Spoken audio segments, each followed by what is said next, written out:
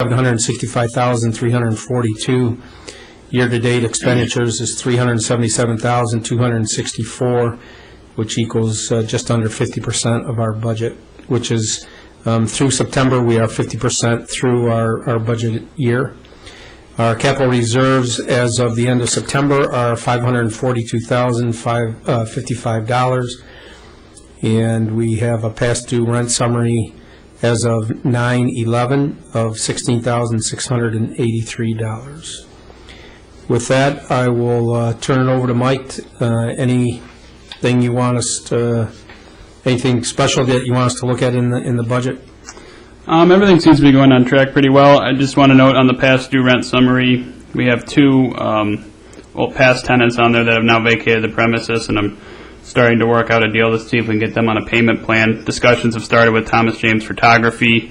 The Gendon and a Tea Hanger will be paid up here in the next week or two, and Stephen Smith is currently on a payment plan. So hopefully we'll be working that total down.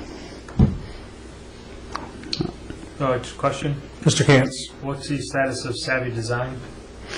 I'm still waiting to hear back from the attorney. He's still in the process of doing the court filings. I've tried to make contact and have had no return on phone calls. This is going to be a problem. They're out of the space. I'm not talking. I'm not. Savvy Design is not. Yeah, I mean the fact that we're not getting a good response from the attorney, and I've mentioned this to the township manager, and suggested that perhaps we have our own attorney to handle landlord-tenant type issues, because the response we're getting from the township attorney isn't timely enough, and we're losing money because of it. So I think maybe what we need to do is, as a commission, make that request, perhaps. But talk to Mike, see what his issues are and what he feels. I guess my biggest issues have been just lack of communication. There have been 2 or 3 phone calls and voicemails that have been left and no return, an email or two, and it's just a lack of communication. You have to be able to catch the attorney at the right time and talk to him. It seemed like he was having a problem delivering some of the letters, trying to set up a court date to the tenant. So there's just been a lack of communication and slow progress. Mr. Chair. Mr. Rakel. Mike and Peter, are you talking about our new township attorney? Is that the attorney that the board just brought on? Yes. He's the one that is handling our affairs, yes, correct. So our new township attorney, we're not having any luck working with us here at the airport? Mike, give me an idea. I mean, how long do you wait in between phone calls or wait in between emails for a response? The one for Savvy Design that I've been trying to get worked out, I mean, I believe I left 2 or 3 phone calls with voicemails and 2 emails and did not receive a response back for probably about 3 weeks until I ran into the attorney at a meeting.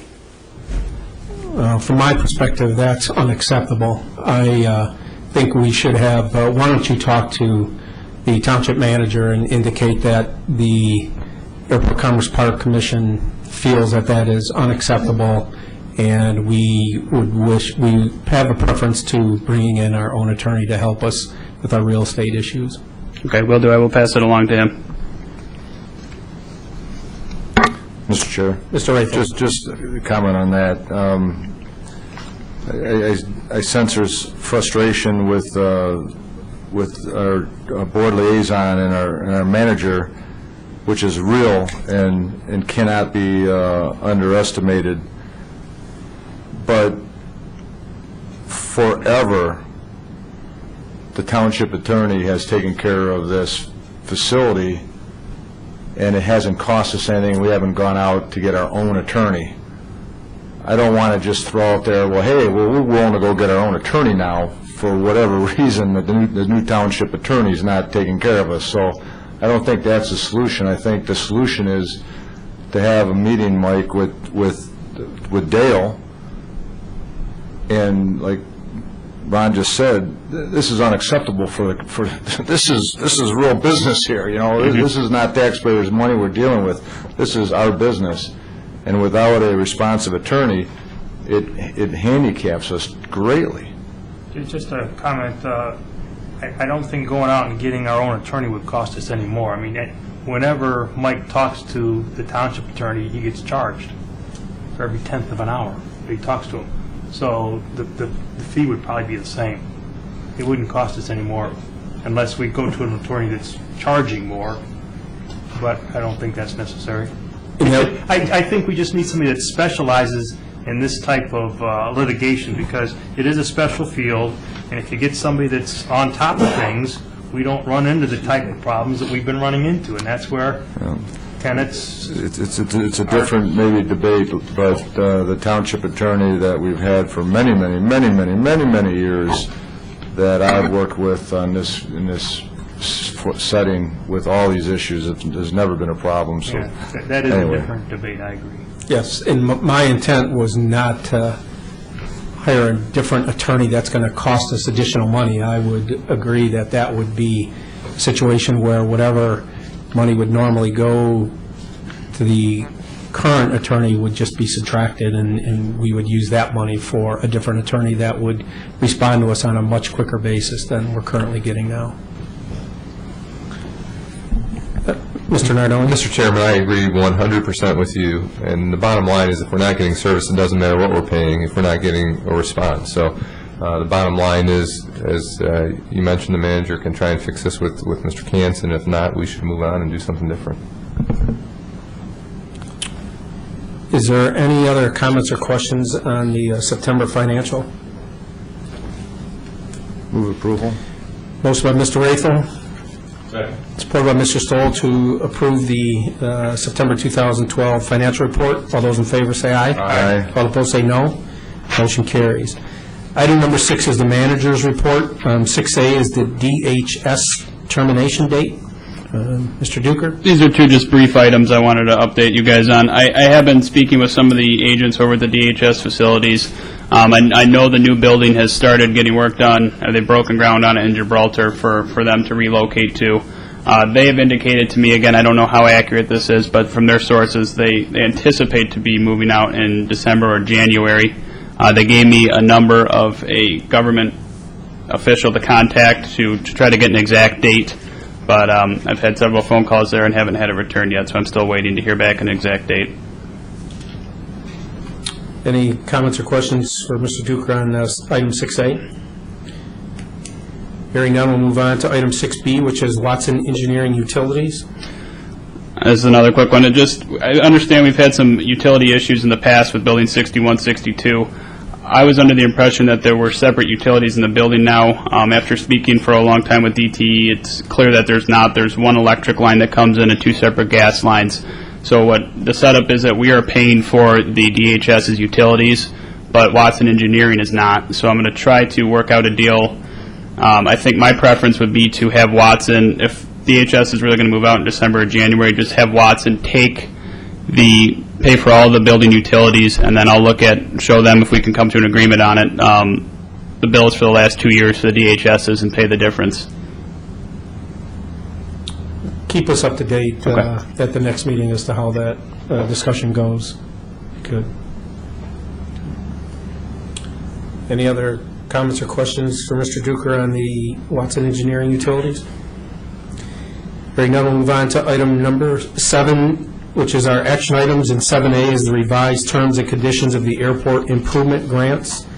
Included in your packet is a resolution that reads, based on recommendation by the Airfield Commerce Park Manager, the Groseal Airport Commerce Park Commission hereby recommends that the Groseal Township Board execute the revised contract terms and conditions of accepting airport improvement program grants with the Michigan Department of Transportation.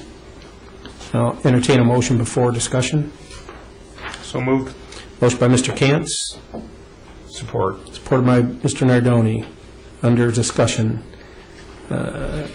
Mike, I'm assuming that you have had a chance to have the township attorney review this, and was there any comments or questions? I have not been able to have the chance to have the township attorney review this. From our last meeting, I was unsure on the Single Audit Act. I did clarify that does not will not affect us. We don't meet the dollar amount that's in the stipulation there. I also had the CPA review the rest of the new additions or deletions, and we did not see any conflict with that. And then I also brought it to the Airport Advisory Committee, who approved it Friday, our meeting last Friday on the 11th. And was the document not reviewed by the township attorney because we couldn't get a hold of him? Yeah, because of our lack of communication, I didn't think it would happen by then, so. So we've got a CPA review, but not a legal review. Yep. Mr. Chairman? Mr. Nardoni? And I see, if I could ask Carl a question, I see that the Airport Advisory Committee approved this. Do you have any insight into that, if you don't mind? Basically, we haven't got any real choice. This is what the PennDOT wants to have, and so basically it's just a revision of existing conditions that we've already got. It's basically a contract of adhesion. I mean, you're not going to be able to negotiate this a lot with them. It's a pretty cut and dry, take it or leave it. That was the same discussion that we had at our last meeting. I think that was pretty much what was determined, but we had also decided that we thought it was in the best interest of the township to have the township attorney review it. Obviously, I'm disappointed that didn't take place, and leave it to the pleasure of the board whether they want to approve this or not without that review. Mr. Chairman? Mr. Nardone. May I make a suggestion to the maker of the motion that we pass this pending township attorney review? Mr. Chance? Just, I guess, a question before we do that. How much do we want to spend for this review? I mean, how much is this review worth to us? Because if the township attorney were to go through this entire document in detail, it would probably run us a couple $1,000s. And since I don't think he's familiar with this document, that's probably what he'd want to do. Mr. Rathel.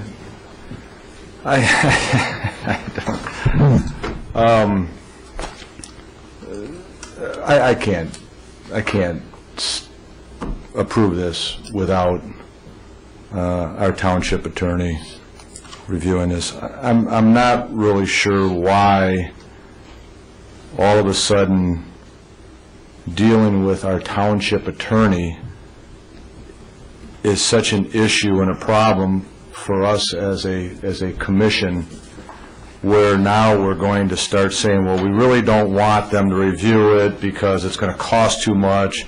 We really can't have them review it because he doesn't respond to us.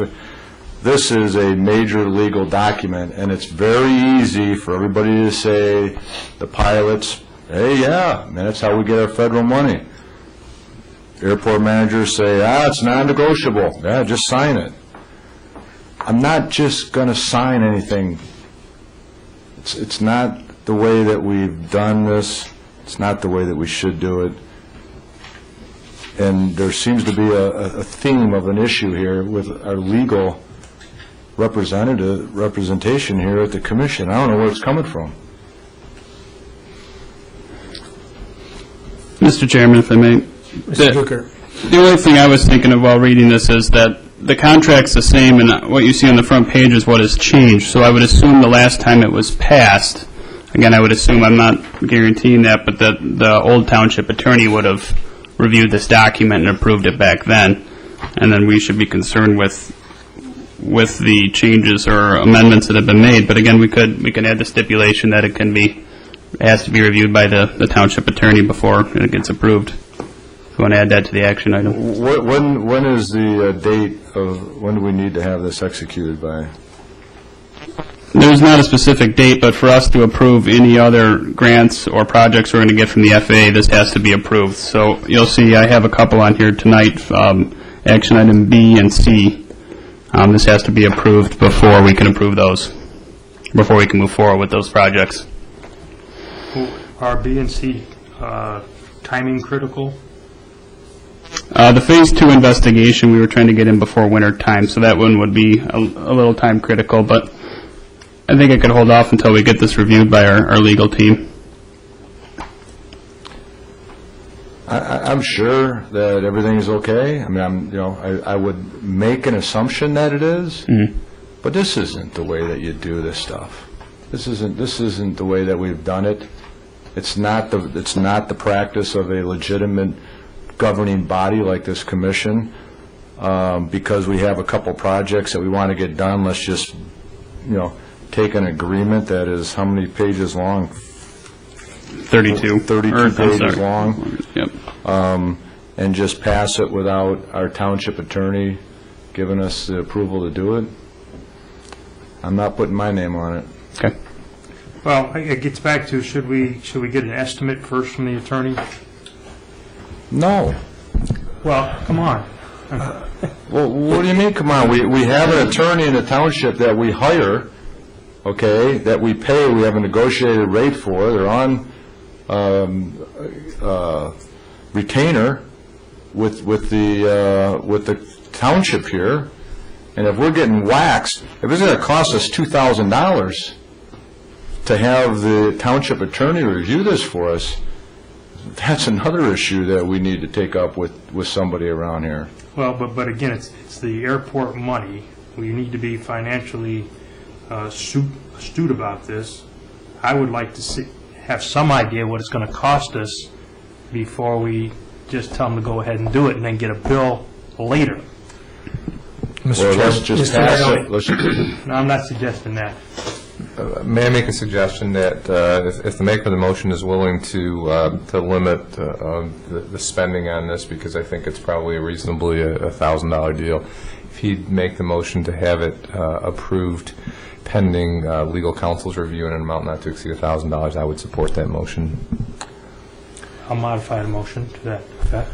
Okay, we've got a modified motion to approve the agreement with a limit of $1,000 subject to review by legal counsel with a limit up to $1,000 in support. Under discussion, I'm not sure that I am in agreement in limiting. I mean, if he can't do it for $1,000, then what happens is he come back to us and say it's a different amount. And I agree with Mr. Raethel that I am not in favor of entering into an agreement that, so what if we spend $2,000 if we don't and it costs us $500,000 later because we did something wrong? By entering into an agreement, then I think we're foolish in not spending the money that we need to review the agreement. Mr. Chair. Mr. Raethel. We have a budget that we pass and we send up. In that budget, we have a line item for legal, right? Did we know that this contract was going to expire this year and that we would have a new contract? And did we account for in our budget this year for a review of this contract? What's our legal line item budget this year? I don't have our budget with me. Hang on 1 second, let me look it up. Mike, what's the length of the agreement? You know what the term is? They seem to come out about every 3 years, but I think it's just until the next revision. Mike, did we even know that this was going to be revised? I mean, when did we find out it was going to be revised?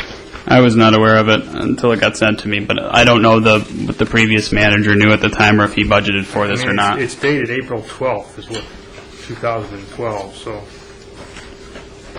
we would have already had our budget done by then. So I don't know that we were even aware that this was changing when we did our budget. Well, it sounds like, if you're correct, I mean, they can change this whenever they want to, and whenever they change it, then we have to deal with it. So, I mean, we could do one of these every year, or we could do one every 10 years. Okay. Mr. Chairman, Mr. Stoll. there's a line item in here that says legal fees, $1,500 budget, of which we used $400. Second issue is, who says that we have to sign this thing? The FAA or MDOT. To accept any other future projects or grants for them, we have to agree to these terms and conditions. And yet, you're saying that they won't negotiate with us even if we decide that we don't like it? I'm not saying that. I mean, they may. It seems to be a contract of adhesion where it's every airport gets the same contract, and if you have an issue with it, I guess you could discuss it with them, but I don't think they're going to be too lenient. My experience has been, Mr. Stoll, that these are pretty much a take-it-or-leave-it type agreement. There is really no negotiations that go on between governmental agencies in these agreements, and if you don't want to enter an agreement, then you don't get their funding. And it's pretty much that simple, but if it's an agreement we don't want to enter into, then we would refuse their funding. Mr. Chairman? Mr. Chairman, this really sounds very strange.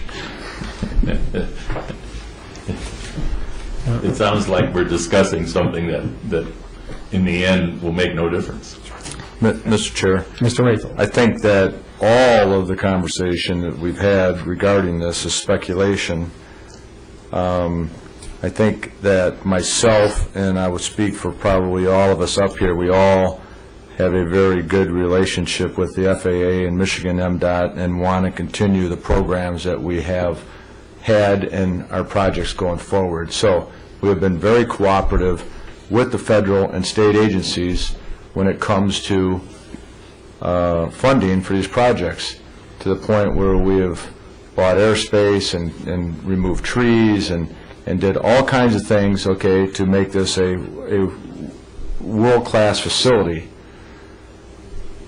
With that doesn't mean that just whenever they send us a document that we just willy-nilly say, well, whatever, it doesn't matter what you require of us, let's just sign this document and keep moving forward. It's not responsible of us. We don't even know for sure whether or not this comes out every 3 years, 5 years, every 3 months, 6 months, or if we pass this and they can come out with a revision in another month. We don't have that information in front of us. We don't know whether or not, if there's anything in here that our attorney says, you know what, it would be better if we didn't have this paragraph, for Grozeal.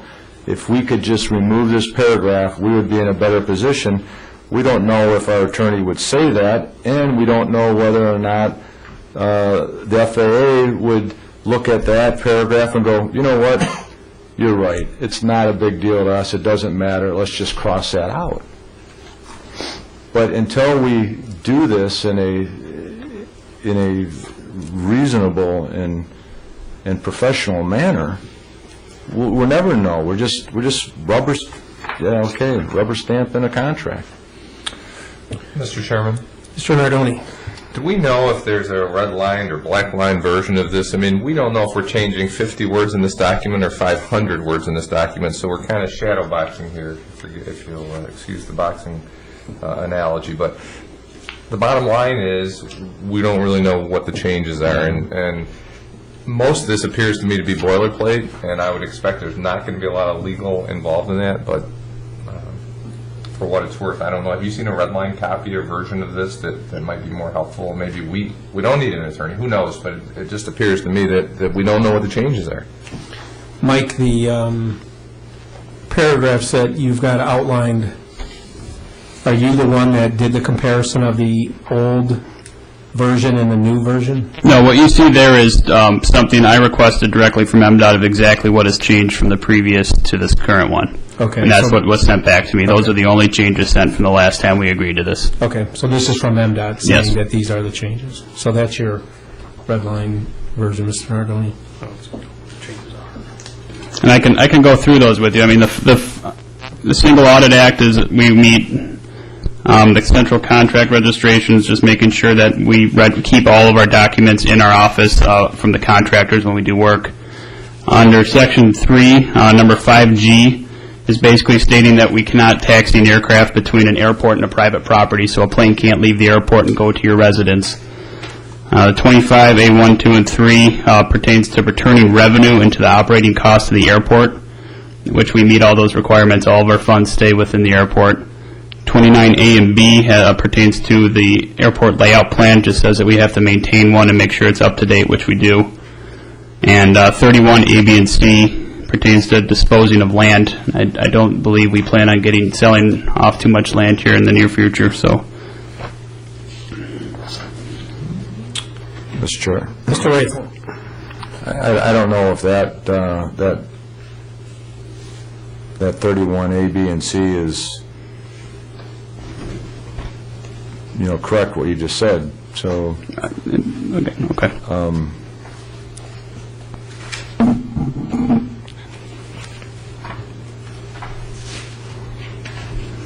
I think that we just need to really understand. I'm all in favor of working with FAA, but just need to understand, all of us, what it is we're agreeing from a township perspective legally, and then, if we look at A, B, and C, and 31A, B, and C, does that mean that we're not going to be able to have any land released at all? No, a lot of it says it just needs to be sold at fair market value is what they're big on in a couple of those paragraphs.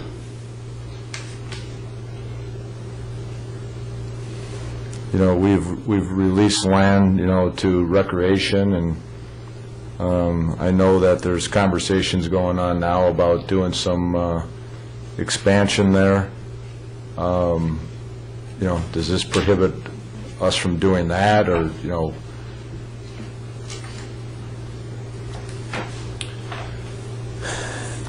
Any other comments? Any other questions?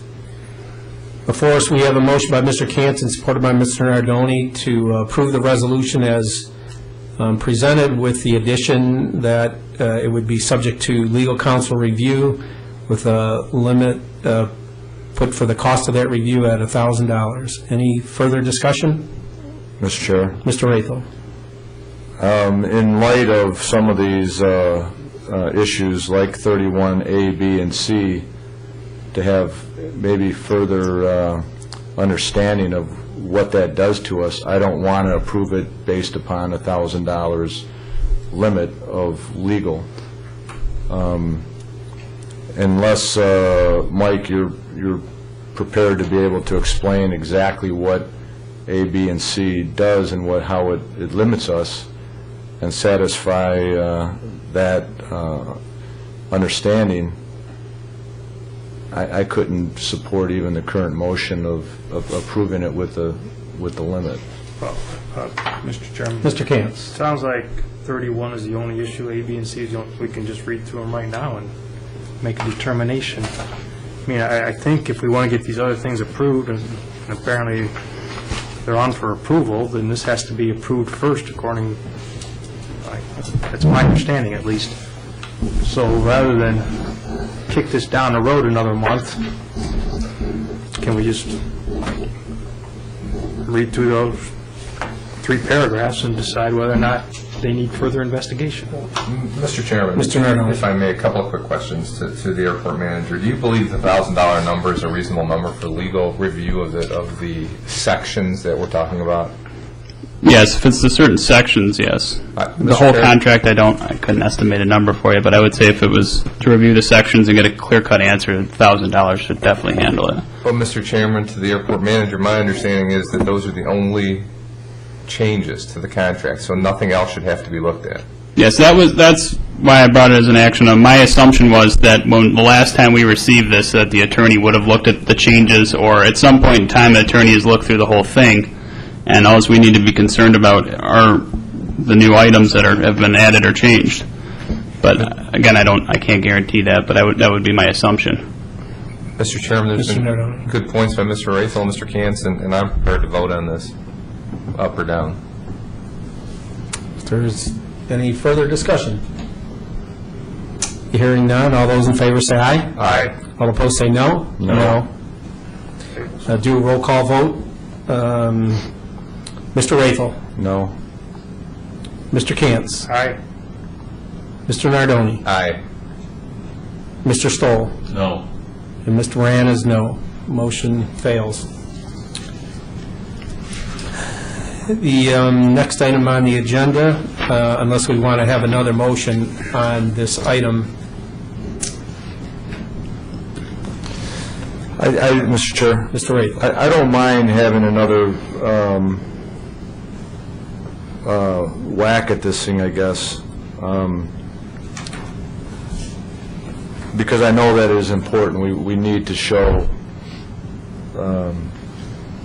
that we have a commitment, and I don't want people to think that we don't have a commitment to having, funds brought in through our federal and state agencies. And if you can take the time, Mike, if you're able to do it, if you can review paragraph 31, A, B, and C, is that what it was? Yes. If you can explain that to us in your thought, let me ask you this, have you read it and understand it? A general understanding of it, but I'd like to look at it more and explain, exactly how it pertains to us and if it affects us in certain ways. Okay, so then we're not, from an administrative standpoint, we're not ready, we don't really fully understand it either, so I think we just move on. Next item on the agenda is item number 7B, which is the remarking of runway 422. And Mike, I'm assuming that without a approval of the terms and conditions of the accepting the Airport Improvement Program grant, that these cannot be acted upon? Or could we act upon them and then just once that gets approved, then these are ready to go? I would say that would be a better route. We can approve them now, and then once we can come to an agreement on the terms and conditions and get it looked at, then these will get activated. So I can still hand these off to MDOT, and they will just hold them, or I can hold them until we can submit the terms and conditions. Okay, we have a resolution before us that reads, based upon the recommendation by the Airfield Commerce Park Manager, the Groseal Airport Commerce Park Commission hereby recommends that the Groseal Township Board execute contract number 2012-0726, pavement marking of runway 422 with the Michigan Department of Transportation. Support, or move, so move. Motion by Mr. Rathel. Support. Supported by Mr. Stoll. Under discussion, I'm assuming that the motion should read, we approve this with the condition that the terms and agreement of the MDOT improvement program is accepted.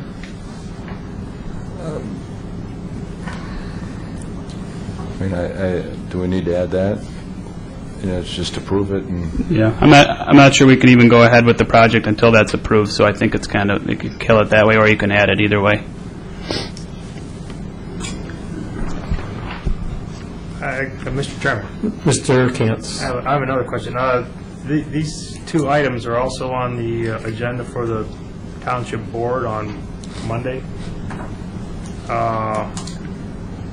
Should we take them to the board if we're not ready to go forward? So I guess why are we even doing this tonight if, we're not going to take them to the board, we're not going to do this, we're not going to do that, that's all.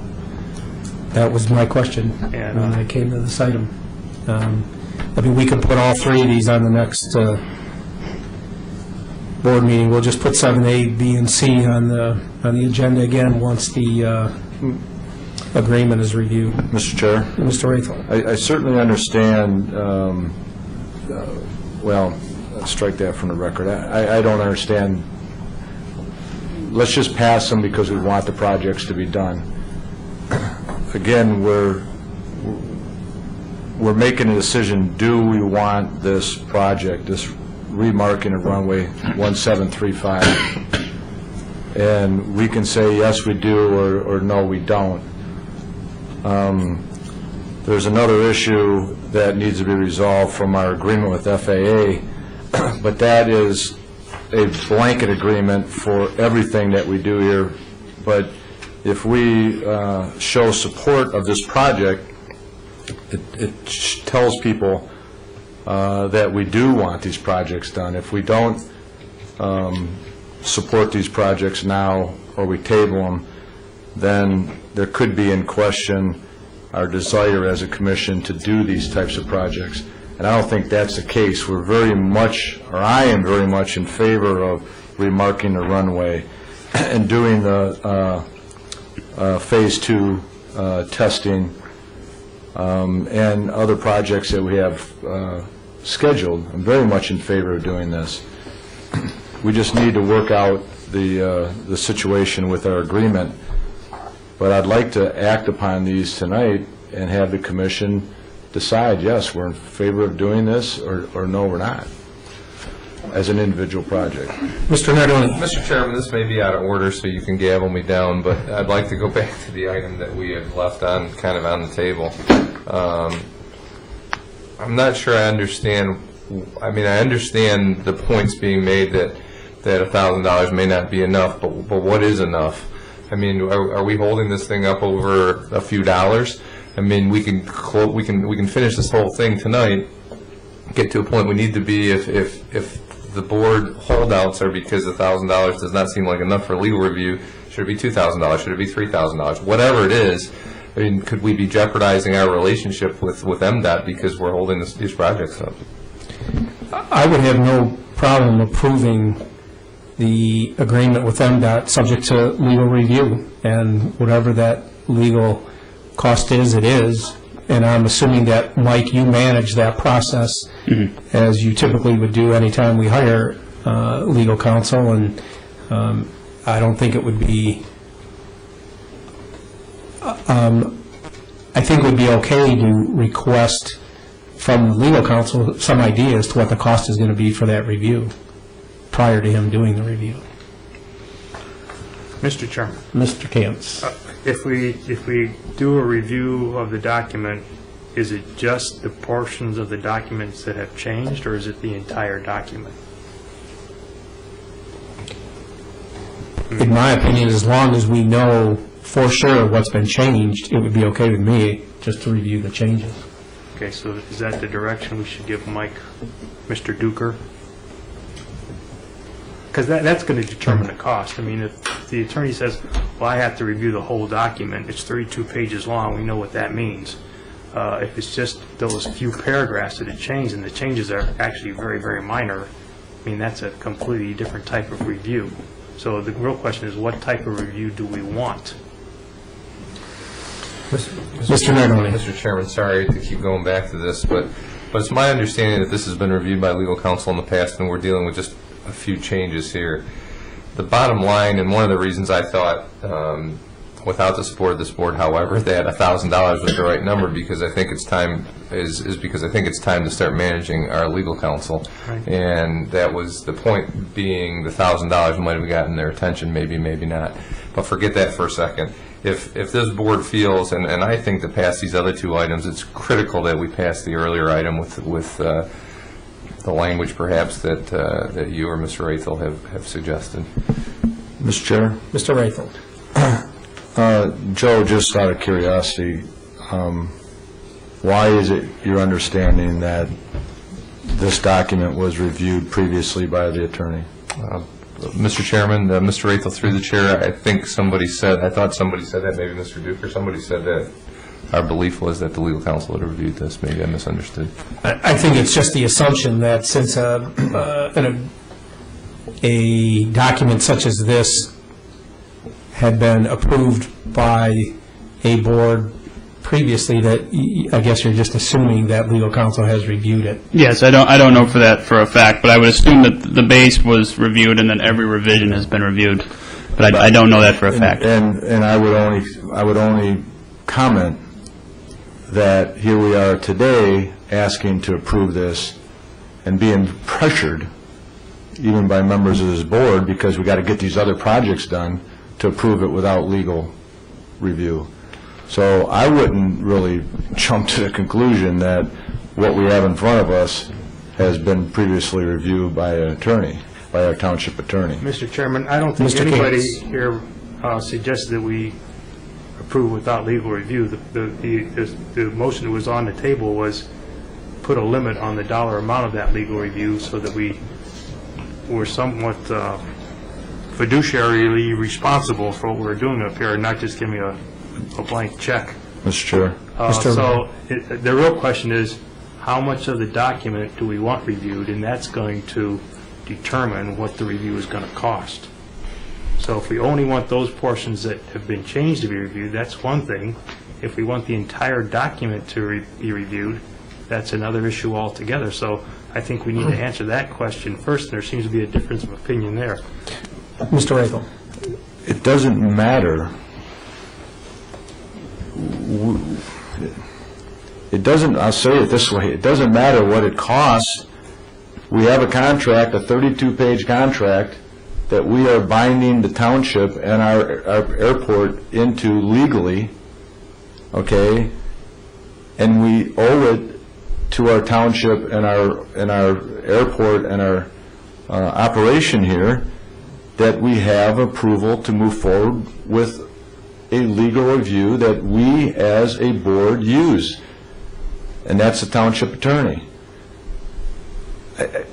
Like Ron said, do we want to approve this and only do part of it, and then, you know, what happens in a year from now, we come back and something happens and it costs us $500,000? We've done this. We have a history of this airport, of this board, well, not this board, the airport commission, the township board, with the runway project. We had the whole big document, all right? That was like, well, that's what it is. You want the runway done, you got to do it. If you don't sign it, you don't get the runway done. So sign it. Guess what? We signed it. What happened? It was a disaster because nobody understood it. That's number one. I don't care how much it costs, and if it costs too much and it's not a fair price for our township attorney to review this, if it's not a fair price and a negotiated price that is below market because we have a retainer agreement with our township attorney, then that's another issue. The second point I want to bring up is that 31A, B, and C states that we are restricted or bound to some type of agreements with our land. And I asked the airport manager to just explain that to us. I'm asking anyone to explain it to me. Tell me what restrictions do we have? I mean, are we able to take some land and move it, for example, into recreation? Recreate some boundaries that we may feel are better for our future growth of light industrial activity here, by bringing in some, maybe some recreation activity. I don't know, are we restricted to do that? So forget about the legal review. I don't have a clear understanding of A, B, and C of what that is going to do to us. Mr. Chairman. Mr. Stoll. I just have a question about why are we having to approve $2,500 worth of contracts? Doesn't Mr. Duker have that authorization to do that? I'm not sure your question, Mr. Stoll. Are you talking about these other items that are before us? If you add the two, B and C together, they're $2,500. No, he does not. These have to be approved by us with a recommendation to the township board, who then has final authority to approve these. This money is not in the budget. Mr. Chairman, if I may, the money is in the budget. The way that the setup is, because we're accepting grants on behalf of the township, it has to be approved by the township board, and for me to take it there, I have to get it approved by the commission, because I have to be approved by the board to sign these documents. Okay. And the money, the way we have set up is we have an account that we budget what we estimate our local share would be of projects we're doing that year. This year we budgeted for $30,000 for a taxiway A lighting project that, if you remember right, as Mr. Thiel was on his way out, it's not going to happen this year because it came in over budget. So that's money that we can tap into for these two projects that are coming up. We are getting off our subject matter a little bit, even though they are related, 7A and B, and currently we have a motion before us by Mr. Rathel, supported by Mr. Stoll, to approve the remarking of runway 422. Any further comments or questions on the motion? All those in favor say aye. Aye. All opposed say no. Motion carries. Item number 7C is the Phase 2 investigation of runway 1735. And we have a motion before us that reads, based on the recommendation by the Airfield Commerce Park manager Groseal Airport Commerce Park Commission hereby recommends that the Groseal Township Board execute contract number 2013-0017, Phase 2 Distress Study of Runway 1735 and Taxiway A with the Michigan Department of Transportation. So moved. Motion by Mr. Rathel, Second. support by Mr. Stoll. Under discussion. Hearing none, all those in favor say aye. Aye. All opposed say no. Motion carries. Mr.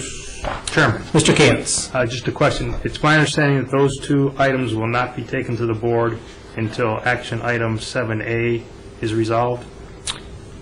That is my feeling, that without that agreement with MDOT, these really shouldn't go to the Township Board. So whenever that agreement gets approved, Mike, you can then put this on the Township Board agenda. Okay. Mr. Chair, Mr. Rathel.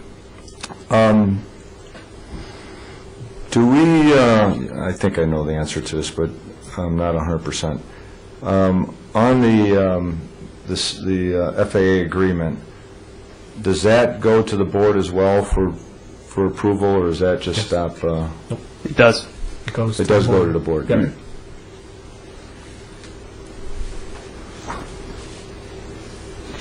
Moving on to item number 7D, under action items is lease approval for Dave's Hot Rod Garage.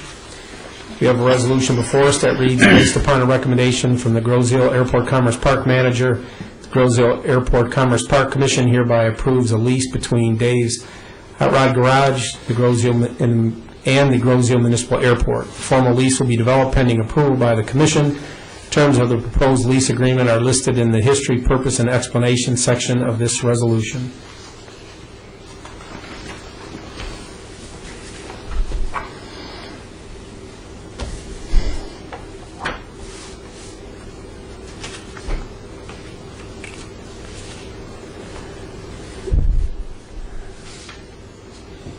Anyone care to make a motion? So moved. Motion by Mr. Cantz. Any support? I support. Support by Mr. Stoll. Under discussion, Mike had a question. When you look at the lease rate that has been established for years 1 through 5 and option years 1 and 2, there is very little increase over years 1 through year 7. And obviously, we're sitting here sort of predicting what the economic conditions are going to be 4, 5, 6, and 7 years down the road. I do have some concern about us locking into these rates, not knowing what the future is going to bring. Hopefully, economic times will have turned by then. I certainly hope so. And I guess my recommendation would be that at some point during this 5-year lease and 2-year option, that we would maybe tie an increase into a CPI increase versus what we have here. I did some quick math today, and I think that the increases were somewhere in the 1% range. Right around 1.5%. I got that from the current lease he has and some of the newer leases we've signed with scheduled increases. That was his request, was just the same increase rate for this year. That was what was on his lease we just signed earlier this year. But I do agree that it's not the biggest increase. So I guess one option could be is you could cut it at year 5 and have a bigger increase for the option years. I am in favor of a lease, and I'm glad to sign a tenant up for this length of time and even with the option years, but I also do feel that hopefully, like I said, that the economy does turn sometime during this 7 years, and we'd be able to generate a little bit better rent than what's listed here. Mr. Chairman, Mr. Cantz. I had the same conversation with Mr. Duker this afternoon, so I certainly support your position. Mr. Chair, Mr. Rathel. I actually agree with Mr. Cantz. Okay. I do have a question. These photos on the back page here, Mike, what are those of? That is as the building currently sits. After the tenant moved out, we did a little bit of cleanup. So you can see the upgrades, or I guess lack thereof, that have been done to the building. So that's how it currently sits across the street now. The bottom right corner, you can see there, the dirt is an area where the cement has been moved and plumbing has been run for bathrooms to be put in for future use. So there are still a fairly substantial amount of upgrades that have to go into the building. Who's doing that? Who cut that concrete? The past tenant, Rush Fire Brick. Oh, so they started this and then... What you see in the project is, we gave, if you look at the sheet I handed out, I wasn't able to get in the packet, I missed that, but it was handed out for the upgrades given in Building 75 to the other tenant that's on the south side, Payette and Associates, and the tenant that was on the north side, Rush Fire Brick. And then there's what I'm offering, Dave's Hot Rod Garage. But that tenant was given up $100,000 in upgrades, and then was supposed to do those upgrades to the building, if you'll remember. And that's where the building sits today, and I guess is why the reason for the reduced rate on the current tenant for Dave's Hot Rod Garage, because he'll have to finish what was left by the previous tenant. Do you have an estimated value for that? I'm trying to remember what it was from our one meeting that we came up with. I believe it was 60. He had 40% complete and still had 60% left, somewhere in that ballpark. What did you have a dollar figure associated with it? So if you take this, it'd be 60,000. Well, no, we didn't, because he did the parking lot up front. I don't. So it's something less than $60,000. Mm-hmm. Well, I think that'd be a lot less than 60,000. Mr. Chairman? Mr. Ray. This is this is a sweet spot building, right? We've talked a lot, and I'm sure our conversations over the colder months are going to go towards a spec building and these industrial condo sites that have an office up front and a little area in the back, just like this. And I think that there's a lot of need for that, and we've seen this need because of the people that want this building. We've had a lot of interest in it. I'm not so sure with what we've been getting and what you're proposing is enough. I'm not convinced of that. And certainly I agree with the chairman when he said that the increases may not be enough, but I'm not so sure that even starting out is enough. Mr. Chairman, if I may, the reason that it was a lower rate was we had four parties interested in this, and they started dropping. The winery dropped out, decided it was too much money to finish the building, was unable to do it.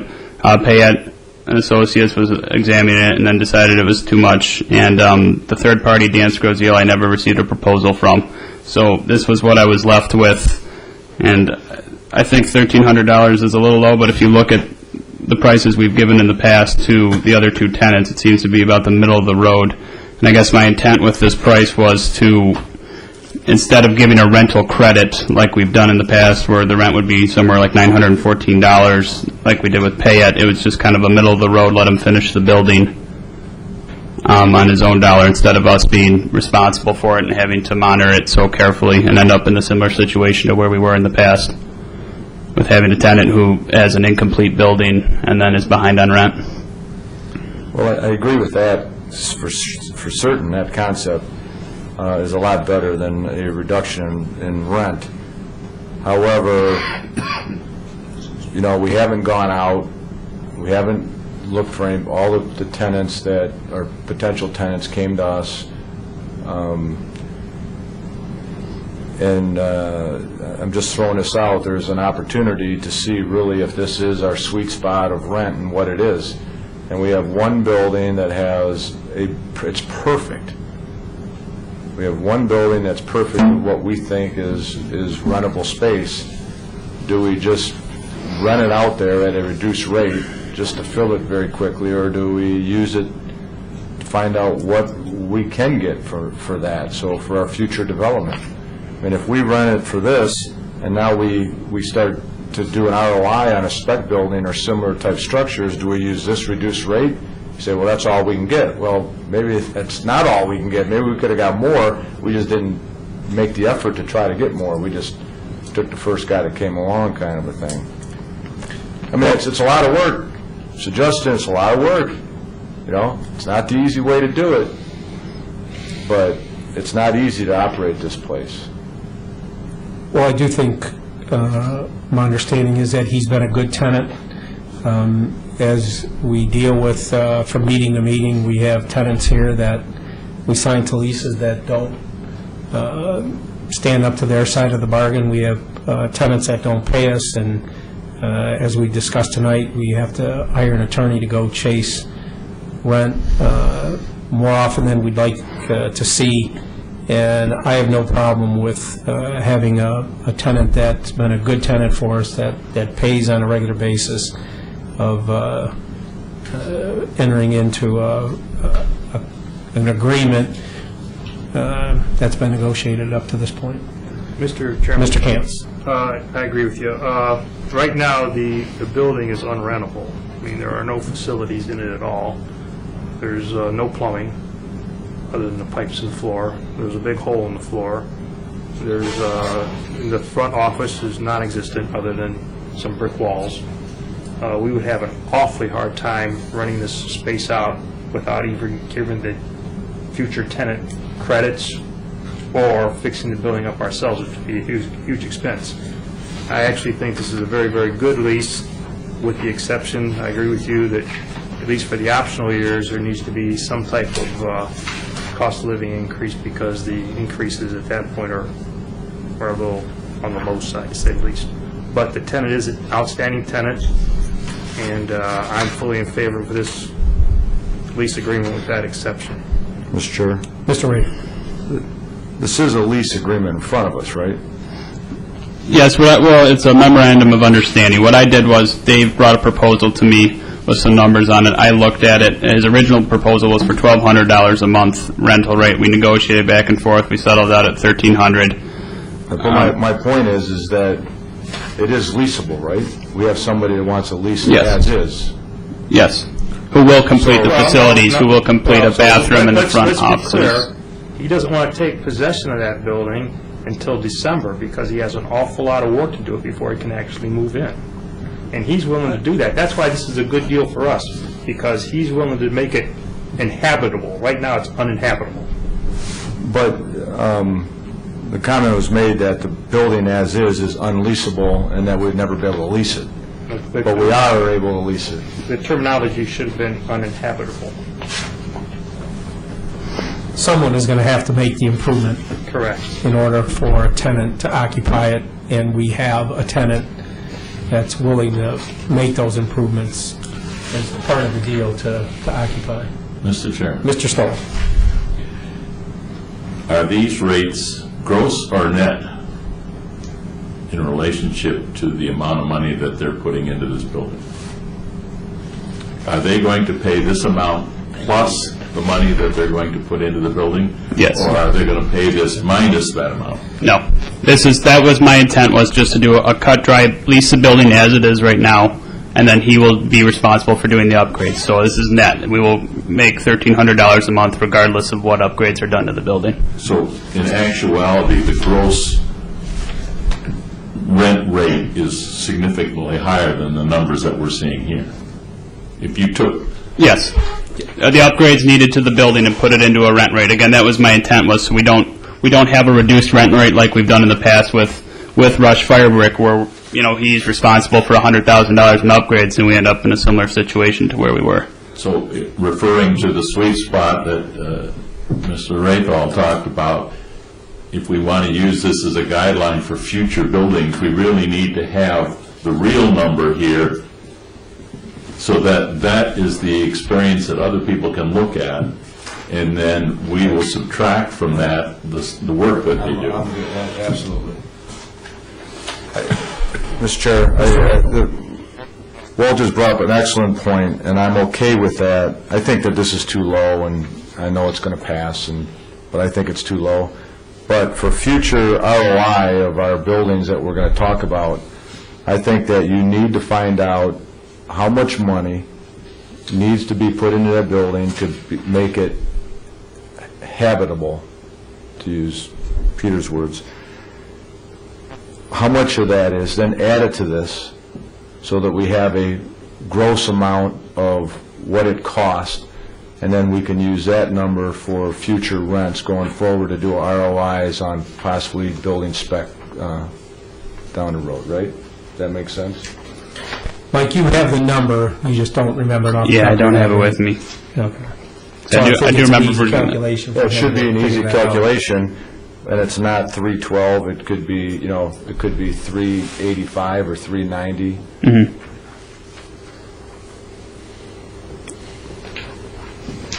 Well, the other question is the amount of money they're putting into the building, is that going to be spread over 5 years or 1 year?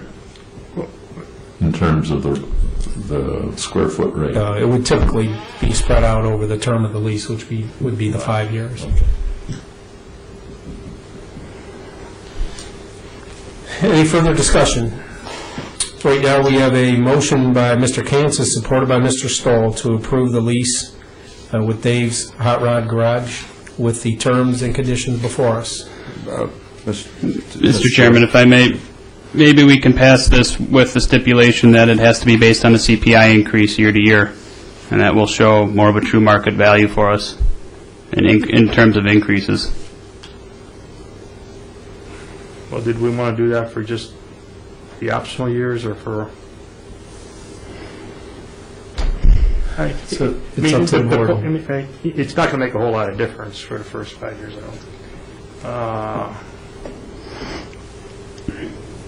think. My recommendation would be for sure years 6 and 7. Whether we want to do it for 5 too, I guess, is up for discussions.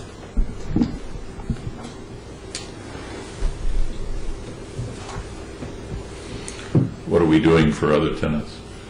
It varies. It varies, it depends on the tenant. Some prefer a scheduled increase, others accept the CPI.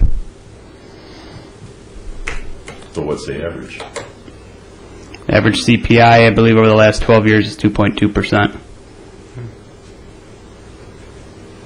So we're looking at a 7.7% differential. Correct. In the current proposal before us, it's roughly 1.5%. CPI has been 2.2, so it's roughly 0.7. However, again, we're trying to predict what's going to happen 5 It years may from now. fluctuate, yes. So who knows? I mean, it could be down to 1.5, or it could be up to 4. I mean, it's really a guess. Yeah. Mr. Chairman? Mr. Cantz. I don't think we should nitpick it here. Mr. Duker and the proposed tenant negotiated this in good faith, and I don't want to get into the situation where this commission second guesses those negotiations every time, especially when we're talking about something that's less than $10 a month or less than 1%. So I would prefer to go ahead with the lease as written, with the exception of the optional years, which I don't think will be an issue, because, I mean, the tenant has the option of either doing it or not doing it. Mr. Chairman? Mr. Stoll. Can I ask Mr. Duker, if you had to do this all over again, would you have changed it to the CPI? Looking at it, I would have changed the option years at the very least. The rest, I mean, it's a pretty minimal difference. Again, we don't know what it will do in 5 years. It could go up very high, but I would at least change the option years. Knowing what you know now, what do you recommend?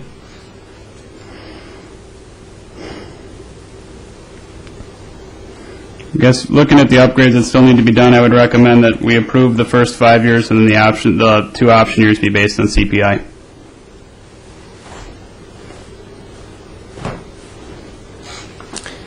And I would just like to comment on Mr. Kantz's comment about sort of second-guessing the negotiations of the airport manager. And that is not my intent at all.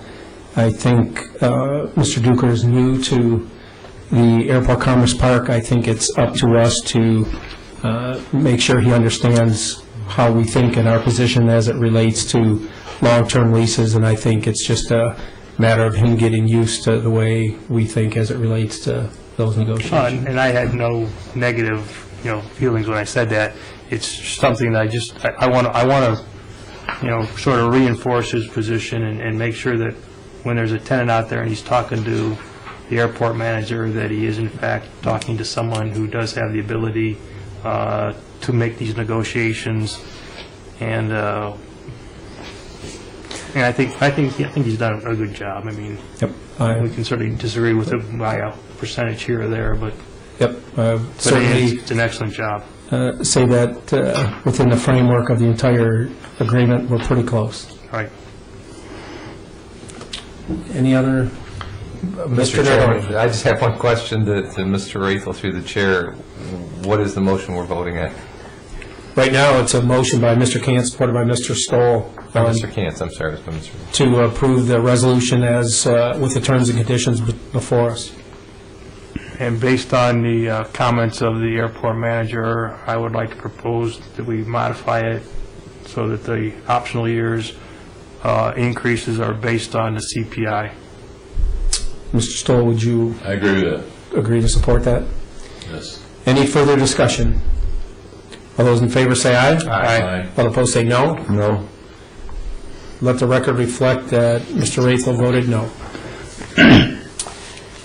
Item number 7C is an addendum to the lease monkey business, and before us is a resolution that reads, the Groseal Airport Commerce Park Commission hereby approves an addendum to lease dated March 1, 2012, between the Groseal Municipal Airport and Andrew Bowman Jr. for the purposes of adding the rental of Building 70, Unit C to the original lease referenced above. So moved.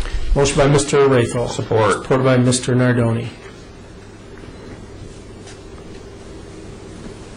Any discussion? Any comments? I have a comment, Mr. Chair. Mr. Raethel. Monkey Business, Andy, is one of those great tenants that we have. He's needed more space, and having that entire facility there now under his business of restoring classic cars and body work and all the things that he does is very positive for the airport. So I'm very much in support of Andy taking over that section. Mr. Chairman? Mr. Nardoni. I agree with Mr. Raethel. I just have one very, very minor point. Sorry, Mr. Duker. There is no February 31 in 2015, so we may want to correct that, make sure the documents... I will make a note of that. reflect Thank you. correctly. Mr. Chairman? Mr. Cantz. I don't see where the start of this amended lease takes effect. You have... March 1st, 2012. Or Or the amended, I'm sorry, the amended would He's going to take possession of that when... possession of that once Dave's Hot Rod has vacated the facility. Do we know when that is? So we would, that Is it all pass, Dave's December Hot Rod 1st? would be, yeah, December 1st. So we should add that in here someplace. Okay.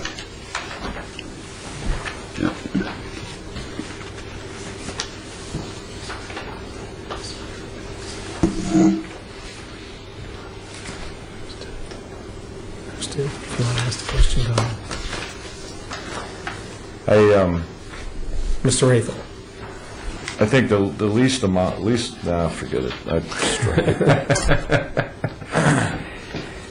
Okay, we've got a motion by Mr. Raethel, supported by Mr. Nardoni, to approve the lease with Monkey Business with the clarification that the lease is going to start on December 1st, 2012. All those in favor say aye. Aye. All opposed say no. Motion carries. Item number 8 is subcommittee reports. Seeing none on the agenda, we will move to item number 9, which is discussion items. Item number 9A is building options in the Commerce Park, and included with your information that was included in your packet is sort of a summary of some past ideas for potential building, and they're sort of summarized here. At one point, we did go out for an RFP to hire an architect to look at the conceptual design and layout of building number 63. We had 3 bids, 2 were very close. One was quite a bit higher than the other 2.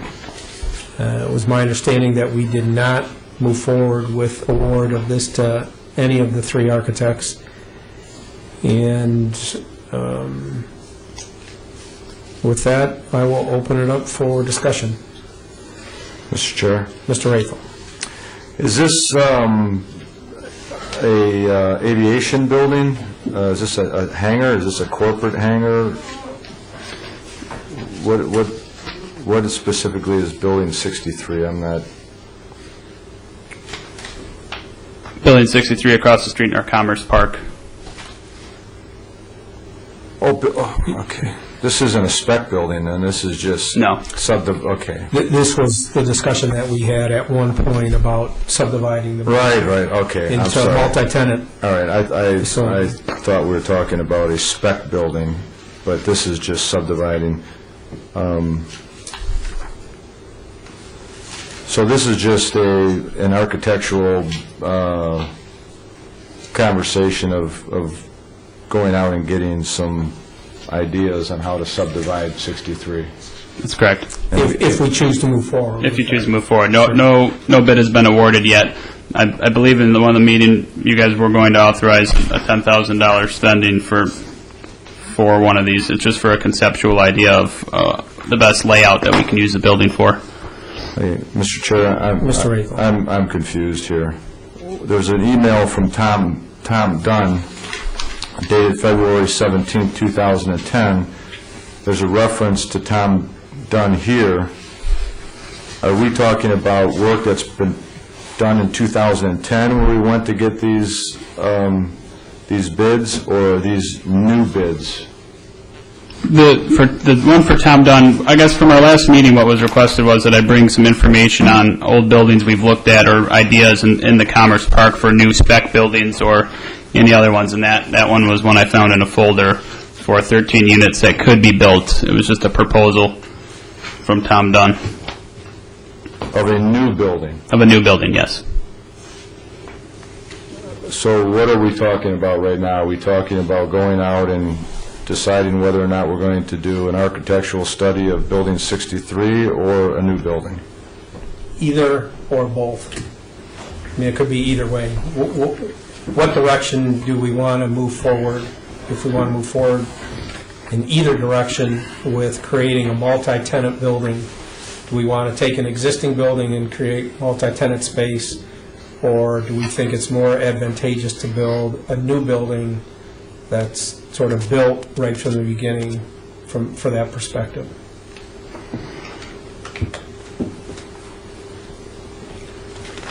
Mr. Chairman, Mr. Stoll. is this something that would be appropriate for a study session?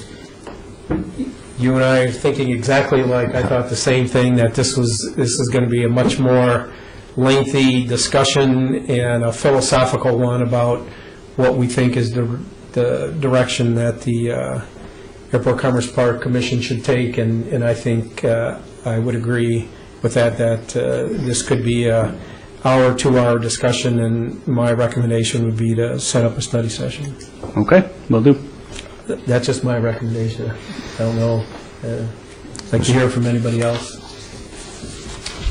Mr. Chair, I agree. This is, and I referenced a couple times tonight about these conversations in the wintertime, and I think that this is something that we as a commission should put on our list of tasks for this coming winter months to straighten this out, what we want to do.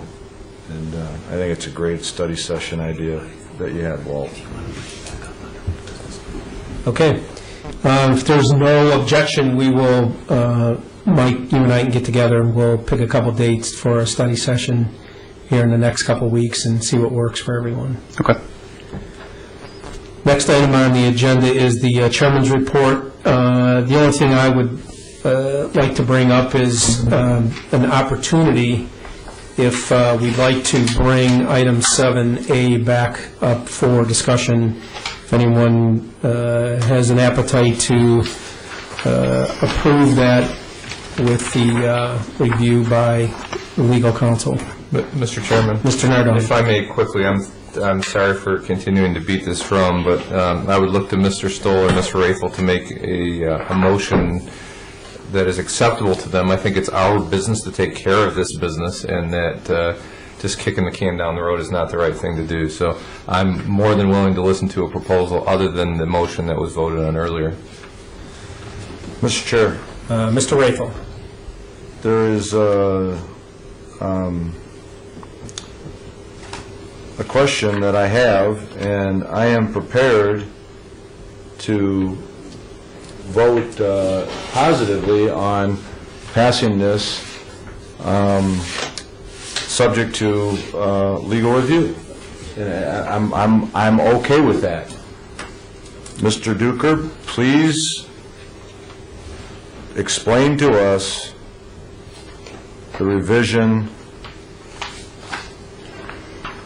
of 31A, B, and C, and how will that affect us if we want to redesign our boundaries here at the airport to possibly release land for other activity outside of aviation?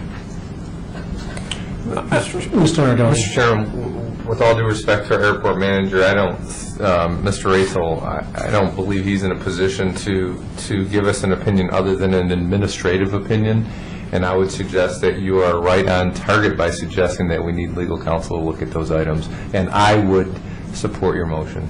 However, this is not a legal issue. I'm looking at having the attorney look at this to just approve any kind of legal documentation or agreements that we get into to make sure that there isn't anything that's going to trip us up. Sending this to our attorney will not give him, he does not have any understanding whatsoever of whether or not we want to or don't want to redefine boundaries or do something with our land. So he wouldn't be in a position to be able to say, are you sure that's what you want?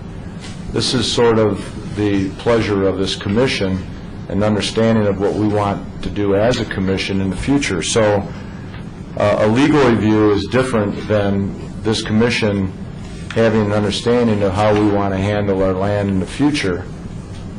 So all I want to know is this revision of 31A, B, and C, does that prohibit us? Does it make it impossible for us to redo our boundaries? Are we able to do something on the north side of our land here that we may want to do here in the future? Does it do anything to tie us up? And I just want to know what we're committing to regarding that.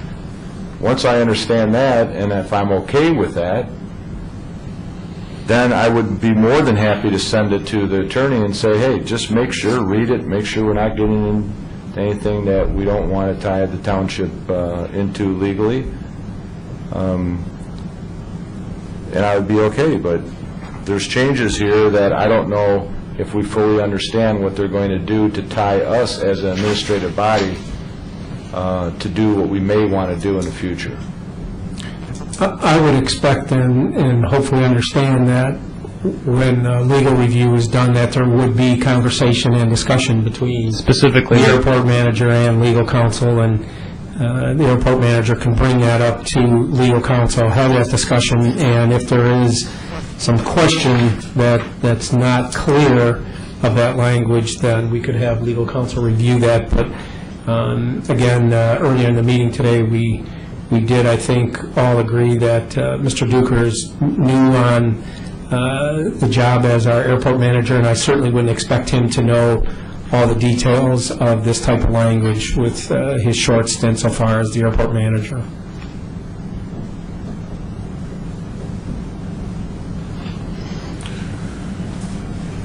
So, Mr. Mr. Chairman, just ask, we're in open discussion here. Is my point, is it received? I mean, is it, Mr. Chairman, if I may, what I think I'm hearing Mr. Rathel say, and others disagree, John, please correct me if I'm wrong, what you're saying is that as it relates to those items, those 3 items, as it relates to property disposition particularly, you have a business question about them, not a legal question about them. correct? Correct. Is it possible to have the state organization who is asking for us to sign this to come and talk to us? Mr. Chairman, Mr. Nardone. I think that's always a good thing. I expect that Mr. Duker can have that conversation with those folks without us, but what it appears to me, and it's a quick read of it, is it relates to property that's acquired with grant money and disposed of. And it says, the phraseology is basically just how to dispose of real estate that you bought for different reasons. One is for airport noise compatibility purposes. One is for airport development purposes other than noise compatibility. And the last one is aeronautical purposes under C. So I'm not sure exactly what the changes are, but I don't know if they're even substantive from the last document. Mr. Chairman? Mr. Stoll. If we find out that this is cut in stone, then it really doesn't matter what we decide. If it is not cut in stone, then we need to find out under what we want to negotiate. And if Mr. Rathal has an idea of what he wants to negotiate, then he has to explain that to the rest of us so that we would know what that is. Okay, I'm going to be, I'll be more generally specific. Okay? It says, A, for land purchased under a grant for airport noise compatibility purposes, it will dispose of the land when the land is no longer needed for such purposes at fair market value and at the earliest practicable time. So what that says is that any land that we have at the airport is to be used for aviation activity. Okay? If it was purchased with a grant. And it has. This is our land, okay? So, the portion, and it should be sold at fair market value. The portion of the proceeds, meaning what we sold the land for at fair market value, will go immediately and directly into the operations of the airport. Okay? It can't go to somewhere else. Okay, here's my question. The township hall, okay, is on land similar to all of our land here. It's land that we have to run an airport, and we utilize it to generate revenues for running this airport. The township hall sits here, and the township does not pay the airport any rent or lease for this facility. And the reason that it's set up that way is because having the township here has been far greater of an advantage to this airport than any fiscal amount of money that we would get from the township. They're here, they invest in the airport, they do all kinds of things for us, they bring in all the community activities. So this airport has benefited tremendously. It's saved the airport and turned it into what it is now for basically nothing. We gave them this land here. What happens if we want to do that again? What happens if there's something that comes along that we say, you know what, if we give that land to this purpose, the benefit to the airport would be tremendous. It would just be, it would bring more people down. It would make more people have a positive experience with the airport and increase aviation activity and our community acceptance of this airport. What if that happens? I'm reading this, and it says, under this, nope, you got to sell it at fair market value. And that money will then be used to come to the airport. We wouldn't even be able to be in a position where we could say, listen, we could sell it for fair market value. Let's say it's $100,000. We put $100,000 in there, and then it's done. If we give this land to somebody, if we give this land for a purpose, if we give this land to something in the community that's going to, that benefit would benefit our airport in perpetuity. It helps us guarantee our future. And this is the way that we've always thought down here. It's not totally just financial. What can we get today? What dollar can we get today out of whoever we're dealing with? But what benefit long-term will we get? And sometimes we negotiate leases that are financially better immediately. Sometimes, in the case of the township here, we negotiate a lease that's free. Why? Because the benefit is tremendous. And that's what I don't know what they're asking here. If we pass this, are we tied into doing all of our land transactions at fair market value and at one time give that money that we get for it to the airport? I don't know. If that's the case, I wouldn't be in favor of it. Now, if I want to go back to the state in this unnegotiable document, I want to go back to the FAA, sit down with a reasonable person and say, listen, guys, this is the way that we're reading here. But listen, this is what we do. This is how we make sure that we guarantee the success of the airport. We have a greater responsibility to keep this airport financially sustainable than you do. We want to keep it an airport. And we have done a great job since 1971 to make sure that happens. So what this paragraph says is that we have to sell it at fair market value. Is there a way that we could change this for us? I want to have that conversation. And that's all. This is, for me, what it's all about. Mr. Chairman? Mr. Nardoni. All good points and understandable. However, we're a little bit of a disadvantage because we don't know if that was even in the last document. The language may have been in the last document. No, it's new. Well, it's all new? No, I don't think so. And there was a lot of misstatements there. This land was not given to the township. The land at there is no lease for this. It was never done.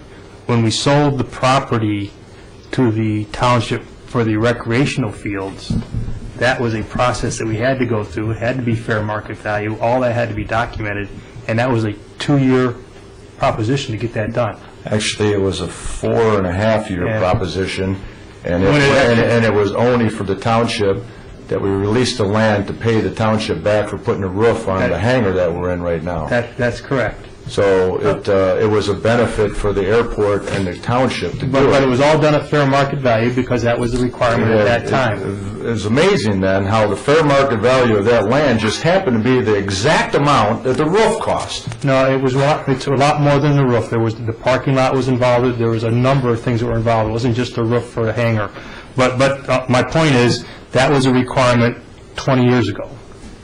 Well, and I don't want to try to debate the different paragraphs and the different items of the agreement. What I'd like to do is either send this to legal counsel for review at this meeting, or we'll just deal with it at our next meeting and put it back on the agenda. Mr. Chairman? Mr. Nardoni.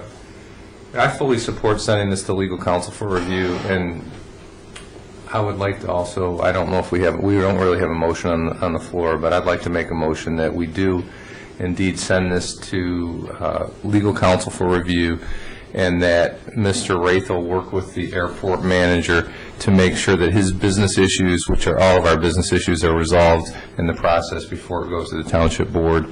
Further, I'm a little confused about one thing. I would expect that no document would go to the township board without having been reviewed by legal counsel. So perhaps this is happening anyway. And I would assume they would not approve it without, even if we sent it, if it hadn't been reviewed and approved by legal counsel, I would hope that they wouldn't approve it. So I we would agree look with you foolish. 100%. We've got a motion by Mr. Nardoni. to approve the, or send the terms and conditions of the MDOT agreement to legal counsel for review. Any support? And Mr. Chairman, if I may, and also that Mr. Rathel be authorized on behalf of this board to work with the airport manager to resolve the business issues as it relates to those particular items we've discussed tonight. We will add that to the motion. Mr. Chair? Mr. Rathel. Okay, I'm okay with that compromise, Joe, all right, but I do want to get the input from the commission here on their thoughts on this particular paragraph of disposal of the land. Would this commission be okay with a clear cut, you have to sell it at fair market value and take the money back and put it immediately into the airport? Or is the commission, do we feel that there are times and situations that it's better for the airport and the Commerce Park to do something that is more creative and maybe less than fair market value, but those decisions are based upon the overall benefit of the airport? I think anytime we have more flexibility than less, it's better for us managing the property here. And I think at the same time that we're having legal counsel review this agreement, I think, Mike, you ought to be having conversation with MDOT or FAA, I'm not sure who, and find out what type, if any, flexibility we have with negotiating these type of paragraphs in this agreement. Mr. Chairman, Mr. Stoll. regardless of whether we sign this document or not, if we want to do something with the property on the airport, we're going to have to go to this body anyway and get approval before it happens. Not this body, but the body in Lansing. So But if you sign that's this all agreement, negotiated anyway, right? well, if you sign this agreement, the answer could be, you assigned this agreement, then you knew when you signed this agreement that this was the way land was supposed to be disposed of. Right. Mr. Chairman, Mr. Nardone. this is going on way longer than it should, and I apologize because I'm participating in making it go longer, but And you brought it up again. I apologize to all.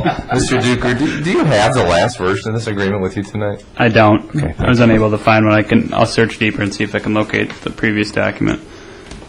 I don't think A would be I think B is more of the concern for airport development purposes, because A seems to be geared more in the first sentence. It says for airport noise compatibility purposes. So the way I read that, or I look at that, is if we had to buy land over here because a plane because the planes coming into the runway kept flying over it and there was a noise complaint, we'd be required to purchase that land.